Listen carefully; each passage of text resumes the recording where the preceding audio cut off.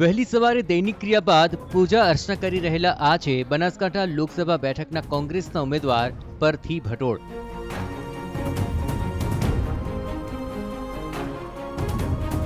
ફળ અને કઠોળનો નાસ્તો કરી તેઓ પ્રચાર અર્થે તૈયાર થઈ રહ્યા છે। બનાસકાંઠાના કોંગ્રેસના ઉમેદવાર પરથીભાઈ ભટોળ સાથે આજે TV9ની ટીમ દિવસભર રહેશે। દૈનિક ક્રિયાઓ તેઓ પતાવી અને તે બાદ અત્યારે આપ જોઈ શકો છો કે તેમના ધર્મપત્ની સાથે સવારનો નાસ્તો કરી રહ્યા છે। પરથીભાઈ ભલે ડેરીના ચેરમેન રહ્યા હોય પરંતુ તેઓ સવારે દૂધ કે ચા જેવી કોઈ પણ પીણું લેતા નથી, માત્ર મગ અને ફ્રૂટ્સ જ પોતાના સવારના નાસ્તામાં લે છે। ભગવાનની પૂજા અર્ચના કરી અને પરથીભાઈ ભટોળ હવે કોંગ્રેસમાં તેમને ટિકિટ મળી છે તે માટે લોકો સાથે જશે, સભાઓ ગજવશે, કાર્યકર્તાઓને મળશે અને તે બાદ પોતાના પ્રચાર અભિયાનની શરૂઆત કરશે। ગરમી છે એટલે નહીં પણ વર્ષોથી ખાદીના જ વસ્ત્રો પહેરે છે પરથીભાઈ। કોંગ્રેસના ઉમેદવાર પરથીભાઈ ભટોળ સાથે આજે TV9ની ટીમ રહેશે। તેઓ કઈ રીતે સભા સંબોધે છે, કઈ રીતે કાર્યકર્તાઓને મળે છે તે માટે હવે તેઓ નીકળી ચૂક્યા છે। સાહેબ, પ્રચાર અર્થે આપ નીકળી રહ્યા છો, શું કહેશો? વહેલી સવારે નિત્ય કાર્યક્રમ પતાવી અને હવે હું મારા ચૂંટણી પ્રચાર કાર્યક્રમમાં નીકળું છું। આ રીતે રોજ સવારે દૈનિક કાર્યક્રમ પતાવી અને વહેલી સવારે ચૂંટણી પ્રચાર કાર્યમાં જોડાઈ જાઉં છું। પરથીભાઈના પ્રચારમાં TV9ની ટીમ પર જોડાઈ। આજે તેમના પોતાના પ્રચારની શરૂઆત ડીસા તાલુકાના કાંટ ગામથી કરી હતી।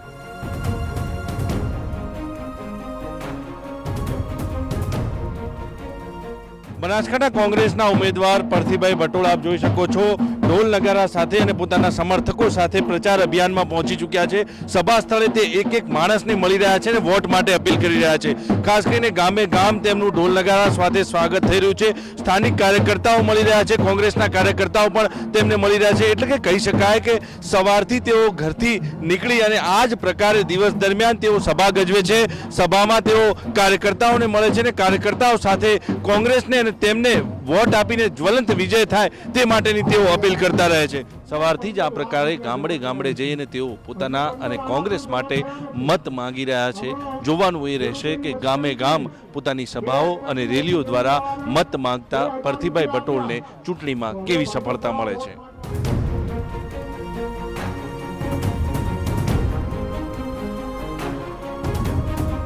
ગામ લોકો બધા ચકાચક મેદાન ભરેલ છે અને બધા વસ્તી પરથીભાઈને વોટ આલી અને બહુમતી જીતાડશે એવી અમારી ઈચ્છા છે। ગામનો એ વિકાસમાં સહભાગી બનશે એટલે અમારું ગામ એમને વોટ આપશે।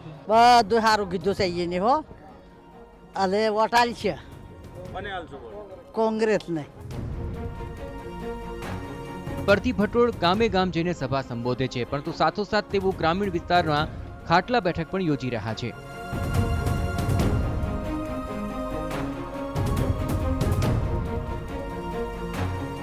બનાસકાંઠા કોંગ્રેસના ઉમેદવાર પરથીભાઈ ભટોળ ગામે ગામ ફરી અને મત માગી રહ્યા છે। ખાસ કરીને આપ જોઈ શકો છો કે અત્યારે ગામડાઓમાં તેઓએ ખાટલા બેઠક યોજી છે। જે આગેવાનો છે, ગામના આગેવાનો છે, તેમની સાથે તેઓ ખાટલા બેઠક કરી રહ્યા છે, તેમની સાથે વાર્તાલાપ કરી રહ્યા છે। એટલે કે કહી શકાય કે જે પ્રકારે બનાસકાંઠા જિલ્લામાં કોંગ્રેસનો ગઢ માનવામાં આવે છે, પરંતુ તેમ છતાં પરથીભાઈ ભટોળ કોંગ્રેસના જે સિનિયર આગેવાનો છે, ધારાસભ્યો છે, તેમની સાથે બેસી અને ખાટલા બેઠક કરી રહ્યા છે। ગામના જે આગેવાનો છે તેમની સાથે મુલાકાત કરી રહ્યા છે અને કોંગ્રેસ તરફે અને જ્યારે 23 તારીખે મતદાન થશે ત્યારે આ મતદાનના સમયે જે તમામ વોટરો છે તે કોંગ્રેસ તરફે મતદાન કરે તે માટે તેઓ અપીલ પણ કરી રહ્યા છે।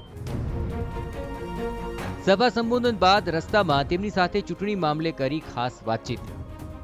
પીઢ સહકારી આગેવાન અને કોંગ્રેસના ઉમેદવાર પરથીભાઈ ભટોળ સાથે આજે TV9ની ટીમ છે, દિવસ દરમિયાન તેમની સાથે રહી છે અને ખાસ કરીને જે પ્રકારે તેઓ સભા સંબોધી રહ્યા છે, ખાસ કરીને લોકોને મળી રહ્યા છે, તેમની સાથે વાત કરશું। ચૂંટણીને હવે ગણતરીના દિવસો બાકી છે, કયા પ્રકારનો માહોલ છે, કયા મુદ્દાઓ હશે તે વિશે ચર્ચા કરીશું। સહકારના રાજકારણમાંથી હવે સક્રિય સરકારના રાજકારણમાં આપ આવ્યા છો, કયા પ્રકારે જુઓ છો? આખું બંને અલગ અલગ ક્ષેત્રો છે અને ખાસ કરીને સહકાર એ સરકારનો પડછાયો પણ ગણાય છે। આપ 24 વર્ષ સુધી સહકારના રાજકારણમાં સક્રિય રહ્યા છો, કઈ રીતે જુઓ છો આખી વાત?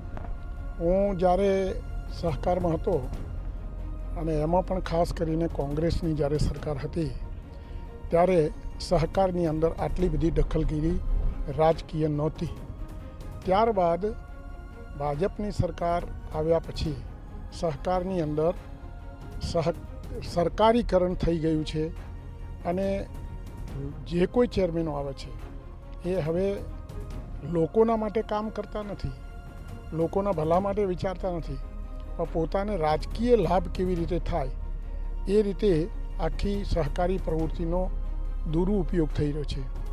સરકારમાં હું જ્યારે માનો કે એમપીની ચૂંટણી લડી રહ્યો છું ત્યારે હું મારા સિદ્ધાંતો પ્રમાણે જે રીતે સહકારમાં કામ કર્યું તે જ રીતે રાજકારણમાં પણ હું મારા સિદ્ધાંતને પગ વળગી રહી અને કામ કરીશ.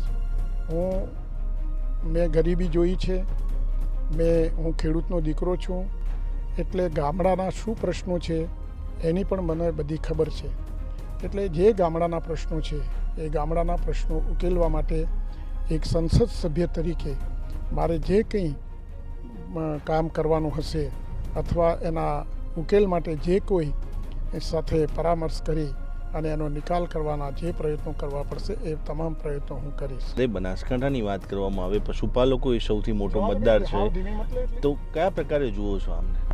ખેડૂતોનો મારા ઉપર ખૂબ પ્રેમ છે, દૂધ ઉત્પાદકોનો મારા ઉપર ખૂબ પ્રેમ છે, બાકીના લોકો પણ મને સારી રીતે જાણે છે, એટલે મને લોકો તરફથી ખૂબ સારો આવકાર મળી રહ્યો છે અને લોકો મને જરૂરથી વોટ આપશે એ પણ મને આશા છે. બનાસકાંઠાના એવા કયા મુદ્દાઓ છે કે જેની સાથે આપણે લોકો સાથે એટેચમેન્ટ થાય છે? ખાસ કરીને લોકોના એવા કયા મુદ્દાઓ છે જે સભાઓમાં આપ ચર્ચો છો અને એવા કયા મુદ્દાઓ છે જે ચૂંટણીમાં આપને જીત અપાવશે? પ્રશ્નો બનાસકાંઠાના ઘણા છે. સૌથી પહેલો પાણીનો બહુ વિકટ પ્રશ્ન છે. આખા જિલ્લાની અંદર આ પાણીનો પ્રશ્ન બહુ મોટો વિકટ છે, જેના કારણે ખેતી અને પશુપાલન અને પીવાના પાણીમાં પણ ખૂબ મોટી મુશ્કેલીઓ છે. ત્યારબાદ ખેતીને લગતા પ્રશ્નો જે છે કે જે ખેત ઉત્પાદન છે એ બહુ મોંઘું થયું છે. ખાતર મોંઘું, બિયારણ મોંઘું, ડીઝલ મોંઘું, ટ્રેક્ટર મોંઘા, આ બધાના કારણે ખેડૂતની પડતર કિંમત ખૂબ ઊંચી આવે છે. એની સામે એને ઉપજના જે ભાવ મળવા જોઈએ તે મળી શકતા નથી. એના કારણે ખેડૂતો દેવામાં ના ડુંગર નીચે દબાતા જાય છે. ત્યારે સરકાર તરફથી જે રીતે ખેડૂતોને મદદ મળવી જોઈએ તે નથી મળતી. પાક વીમો માનો કે લીધો હોય તો પાક વીમો એ પ્રીમિયમ પહેલાં બેન્કો કાપી લે છે અને છતાંય પાક ફેલ જાય ત્યારે એમાં પણ જે પૂરો ક્લેમ મળવો જોઈએ એની જગ્યાએ નથી મળતો. આ હતા પરથીભાઈ ભટોળ, જેમનું કહેવું છે કે સ્થાનિક મુદ્દાઓ ખાસ કરીને બનાસકાંઠા એ ખેતી અને પશુપાલન આ બંને વ્યવસાય પર નિર્ભર છે, ત્યારે જે ખેડૂતોના પ્રશ્નો છે તેઓ લઈને તેઓ સભામાં જાય છે, કાર્યકર્તાઓ સાથે જાય છે અને લોકોને સંબોધે છે. ચોક્કસથી કહી શકાય કે કાંટાની ટક્કર ભાજપ અને કોંગ્રેસ વચ્ચે બનાસકાંઠા જિલ્લામાં છે, પરંતુ પરથીભાઈ ભટોળ જે પ્રકારના મુદ્દાઓ લઈને જઈ રહ્યા છે ત્યારે તેમને આશા છે કે તેમનો વિજય ચોક્કસથી થશે. કાંઠ બાદ પરથી ભટોળ ધરપડા ગામે સભા સંબોધન કરી રહ્યા હતા. ત્યાં પણ તેઓએ મતદારોને કોંગ્રેસ તરફી મતદાન કરવા અપીલ કરી હતી.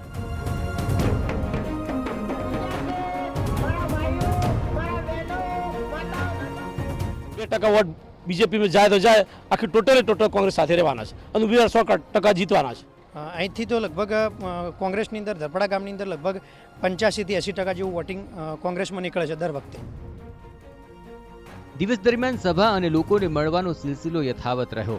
પરથી ભટોળ જ્યારે અજપુરા ગામે પહોંચ્યા ત્યાં જિલ્લાના દલિત સમાજના આગેવાનો ઉપસ્થિત રહ્યા હતા.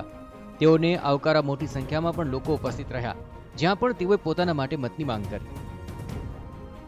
ઉમેદવાર પરથીભાઈ ભટોળે દિવસ દરમિયાન આ પ્રકારે સભાઓ ગજવી હતી. આપ જોઈ શકો છો કે તેઓ કાર્યકર્તાઓ સાથે જોડાઈને આ રીતે દિવસ દરમિયાન તેઓ જ્યાં જ્યાં સભા હતી ત્યાં કોંગ્રેસ તરફે મતદાન થાય, તેઓ વિજય થાય તે માટે તેઓ મતની માંગણી કરી હતી. કહી શકાય કે લોકો તો અત્યારે તેમની સાથે છે, કોંગ્રેસના જે કમિટેડ વોટ છે તે પણ તેમની સાથે છે.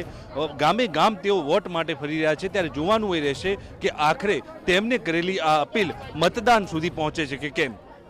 કેમેરામેન મનોજ ગોહિલ સાથે કુલદીપ પરમાર, TV9 બનાસકાંઠા.